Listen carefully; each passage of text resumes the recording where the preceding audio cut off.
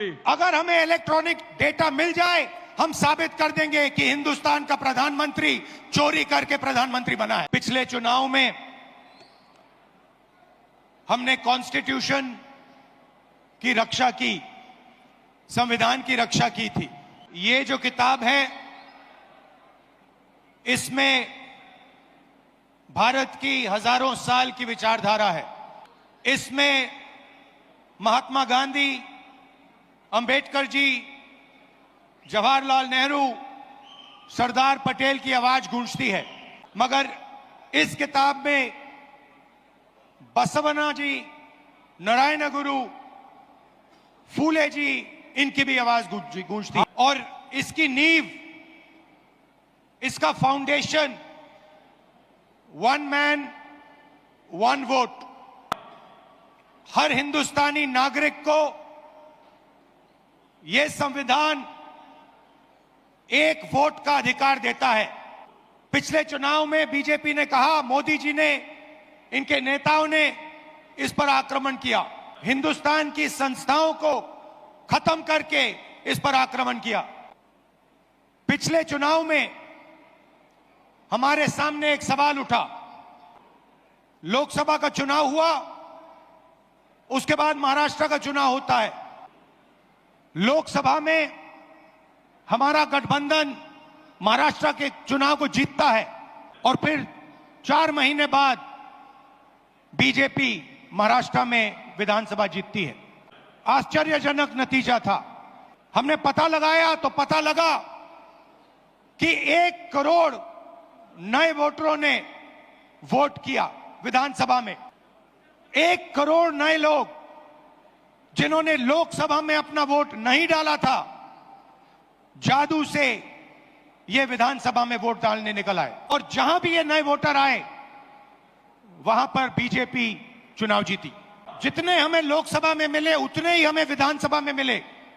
और सारे के सारे जो वोटर बढ़ाए गए, वो बीजेपी के खाते में गए। दिन हमने डिसाइड किया कि कुछ ना कुछ दाल में काला है। कर्नाटक में हमारी जो सर्वेस थी, हमारी जो पोलिंग थी, हमें 15 या 16 सीट दे रही थी। हमारी पोलिंग के मुताबिक 16 सीटों में हम आगे थे, हमें जीतना था, और हम जीते 9 में। तो हमने सवाल पूछने शुरू किए, क्या सचमुच हम ये सीटें हारे थे?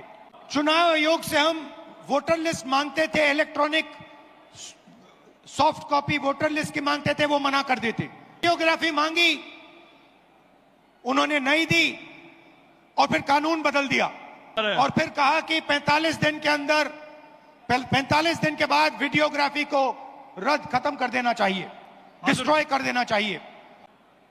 तो एक लोकसभा में हमने अपनी एनालिसिस शुरू की, बैंगलोर सेंट्रल की लोकसभा, और उसमें हमने एक विधानसभा चुनी, महादेवापुरा। मेरा कल प्रेस कॉन्फ्रेंस देखा होगा, उसमें हमने 100% साबित कर दिया है कि इलेक्शन कमीशन और बीजेपी ने मिलकर आपसे, कर्नाटका से लोकसभा चुराई है। महादेवापुरा में 6.5 लाख वोट हैं असेंबली में, और उसमें से 1,250,000 वोट चोरी किए गए हैं। मतलब 6 में से 1 वोट इन्होंने चोरी किया है। 5 तरीके से चोरी की गई है। डुप्लीकेट वोटर, मतलब एक वोटर अनेक बार वोटिंग कर रहा है, 4 अलग अलग पोलिंग बूथ में वोट डाल रहा है, 5-6 अलग पोलिंग बूथ में वोट डाल रहा है। ऐसे तकरीबन 12,000 वोटर हैं। एक एन इनवैलिड एड्रेस, मतलब इनका पता नहीं है या फिर 0 नंबर एड्रेस है। बल्क वोटर, एक एड्रेस में 1 बेडरूम का घर है और उसमें 40-50 लोग रहते हैं, और जब उनको वहां हम ढूंढने जाते हैं, वहां पे कोई नहीं है, और घर का मालिक बीजेपी का लीडर। इनवैलिड फोटोज, 4,000 वोट जिसमें फोटो है ही नहीं, या इतनी छोटी फोटो है कि दिखाई नहीं देती, और 34,000, तकरीबन 34,000 वोट जहां फॉर्म 6 को मिसयूज किया गया है। फॉर्म 6 फर्स्ट टाइम वोटर्स के लिए होती है, 34,000 ऐसे लोग हैं जिनकी आयु किसी की 90 साल, किसी की 80, 81, 82।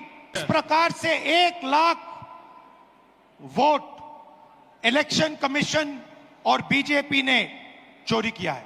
डुप्लीकेट वोटर्स में एक व्यक्ति कर्नाटक में वोट देता है, उसके बाद उत्तर प्रदेश में वोट देता है।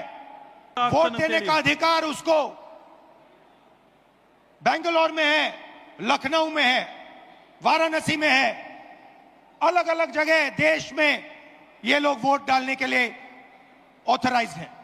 मुझसे इलेक्शन कमीशन एफिडेविट मांगता है, मुझसे कहता है कि मुझे ओथ देना है, ओथ लेना है। पार्लियामेंट के सामने, पार्लियामेंट के अंदर ओथ लिया है, इस संविधान के सामने ओथ लिया है, इस पर हाथ डाल के वोट लिया है, इस पे हाथ डालकर ओथ लिया है।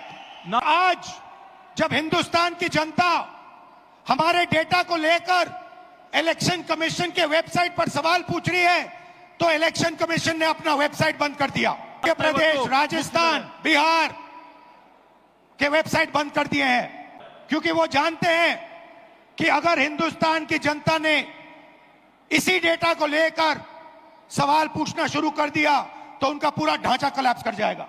मैं यहां इस स्टेट से गारंटी देके कह रहा हूं, हमारी मांग है कि इलेक्शन कमीशन हमें पूरी देश की इलेक्ट्रॉनिक वोटर लिस्ट दे, वीडियोग्राफी के रिकॉर्ड्स दे, और अगर ये हमें देंगे तो हम ये साबित कर लेंगे कि सिर्फ एक सीट नहीं चोरी हुई है, और सिर्फ कर्नाटका में नहीं चोरी हुई है, पूरे हिंदुस्तान में सीटें चोरी हुई हैं।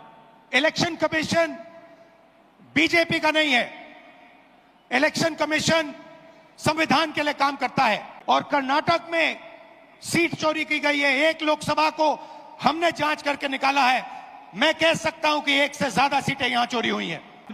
जो कॉन्स्टिट्यूशन का फाउंडेशनल आइडिया है, 1 मैन 1 वोट, इस पर इलेक्शन कमीशन और उसके सारे के सारे अफसर आक्रमण कर रहे हैं।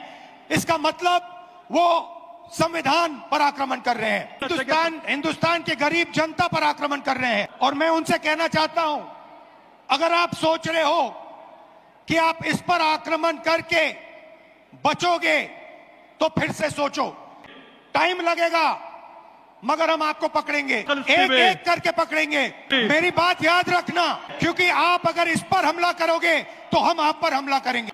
ये हिंदुस्तान की आवाज है, याद रखिए। नरेंद्र मोदी 25 सीट की मार्जिन से प्रधानमंत्री हैं। एक सीट हमने दिखा दी कि चोरी हुई है, 25 सीट वो 35,000 या कम वोटों से जीते हैं। अगर हमें इलेक्ट्रॉनिक डेटा मिल जाए, हम साबित कर देंगे कि हिंदुस्तान का प्रधानमंत्री चोरी करके प्रधानमंत्री बना है। पूरे देश को यह सवाल पूछना चाहिए कि इलेक्शन कमीशन इलेक्ट्रॉनिक डेटा और वीडियोग्राफी क्यों नहीं दे रहा है। मैं लीडर ऑफ ऑपोजिशन हूं, मगर मैं अकेला नहीं बोल रहा हूं।